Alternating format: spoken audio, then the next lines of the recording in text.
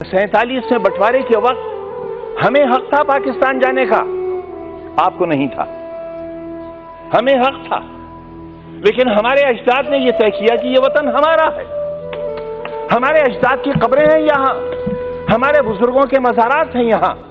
जामा मस्जिद है दिल्ली की, ताजमहल है, किले हैं, हमारे बुजुर्गों की यादें हैं, और यही आज धरोहर है हमारे भारत की। वही लोग गद्दार हो गए, उन्हीं का नाम लेकर सड़कों पर मारा जाने लगा।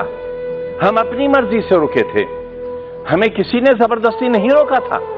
जो अपनी मर्जी से रुके उनके लिए आज ही सदन में यह कहा गया कि जो वंदे मातरम नहीं कहेगा उसे भारत में रहने का अधिकार नहीं होगा। बहस वंदे मातरम की नहीं है। मेरी बात तो सुन लें आप, मेरी बात सुन लें, हो सकता है आपको शर्मिंदगी हो। बात वंदे मातरम की नहीं है मान्यवर। अगर कानून की बात करूं तो सुप्रीम कोर्ट कहता है कि वंदे मातरम के लिए मजबूर नहीं किया जा सकता, सबसे बड़ी अदालत वो भी है। लेकिन अगर आपने इतिहास पढ़ा हो, रेशमी रुमाल तहरीक, हिंदुस्तान को आजाद कराने के लिए कितने उलमा ने फांसी के तख्ते चूमे थे, कितने लोग मारे गए थे। देश में न जाने कितनी मिट्टी की पहाड़ियां वो हैं जिनमें हमारी लाशें आज भी सड़ गई होंगी, लेकिन उनमें दफन नहीं। रेशमी रुमाल तहरीक में अगर आप रेशमी रुमाल की तस्वीर देखेंगे तो उस पर भारत मां की तस्वीर छपी हुई मिलेगी आपको। ये रिश्ते कब थे? ये 1942 में जब हिंदू और मुसलमान ने एक बर्तन में खाना खाया था, तब अंग्रेज को लगा था कि वो अब हिंदुस्तान में राज नहीं कर सकेगा, और 1942 से ही उसने अपना बिस्तर बांधना शुरू कर दिया था, और 1947 में हिंदुस्तान आजाद हो गया था।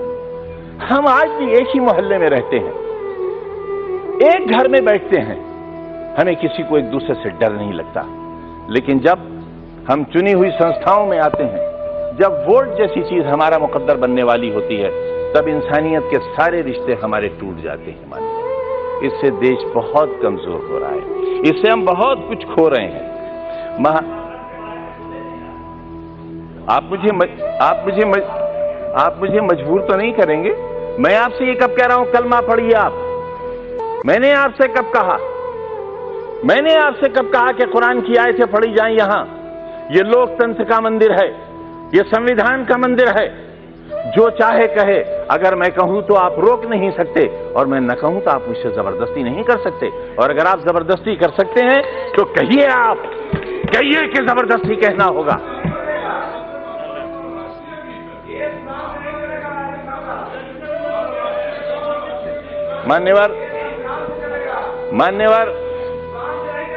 मान्यवर संविधान से चलेगा, यही तो हम भी चाहते हैं, यही हम चाहते हैं। अगर संविधान में कहीं किसी मजहबी किताब का कोई श्लोक, कोई आयत पढ़ने के लिए कहा गया हो, मैं सबसे पहला व्यक्ति होऊंगा जो इस हुक्म पर नतमस्तक करूंगा। मानो संविधान को। मैं भी यही कह रहा हूं, हमें संविधान को मानना चाहिए, और जो लोग संविधान को नहीं मानेंगे वो देश के साथ अच्छा नहीं करेंगे, क्योंकि ये देश बहरहाल सबका है। पूरा जिस्म हाथों से बना हुआ नहीं है, पूरा जिस्म पैरों से बना हुआ नहीं है। शरीर का एक हिस्सा खत्म कर दिया जाए, इंसान इंसान नहीं रह जाएगा। हिंदुस्तान एक बेहतरीन इंसान है, इसे बेहतरीन इंसान बना रहने दिया जाना चाहिए, ये कहना चाहता हूं मैं।